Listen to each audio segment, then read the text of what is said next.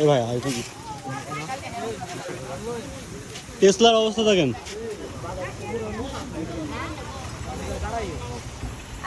driver করা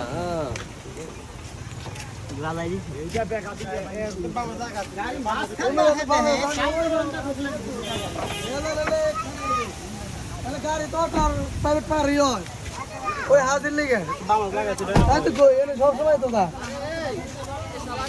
না বুক করে দাও টাকা ধরে কোনো দোষ নাই রিগেল করতে বাংলাদেশের টেসলার উৎপাতে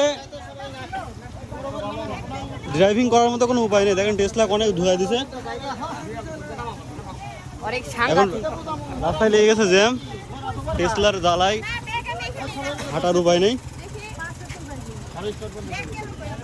টেসলার পাইলট টেসলার পাইলট